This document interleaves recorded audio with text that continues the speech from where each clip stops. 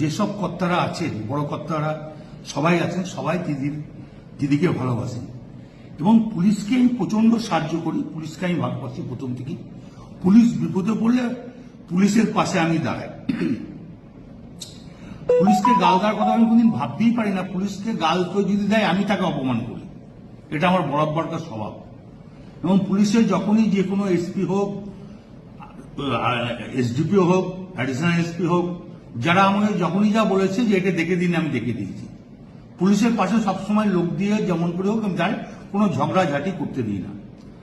আমি খুব দুঃখিত, কারণ আমি ওষুধ ফষুধ রাখতে খাই তো অনেক, ঘুমের, আর আমি এখন 10টার সময় ঘুমিয়ে যাই এবং ঘুমের ট্যাবলেটও খাই। সেই সময় ঘুমটা ভেঙেছে। নুরুল যে ছেলেটা আমাদের খুব ঘি দেওয়ার খুব ভালো ছেলে, ওর বাবা বলতো আমাদের দল করতো, বাবার করার পর ও দল করে, খুব নিরীহ ছেলে, ভালো ছেলে। ওকে যখন শুনেছি মেরে পা হাত ভেঙে দিয়েছে, আমার মনটা খুব খারাপ। আমি আইসিকে আমিও বলেছি, চাঁদুও ফোন করে বলেছে যে আপনি তাড়াতাড়ি জান যে অন্তত ছেলেটাকে আজ হসপিটালাইজ করুন। তো উনি আমাকে একটা অন্য ধরনের কথা বলেছে, সেটা আমি আর বলতে রাজি নই।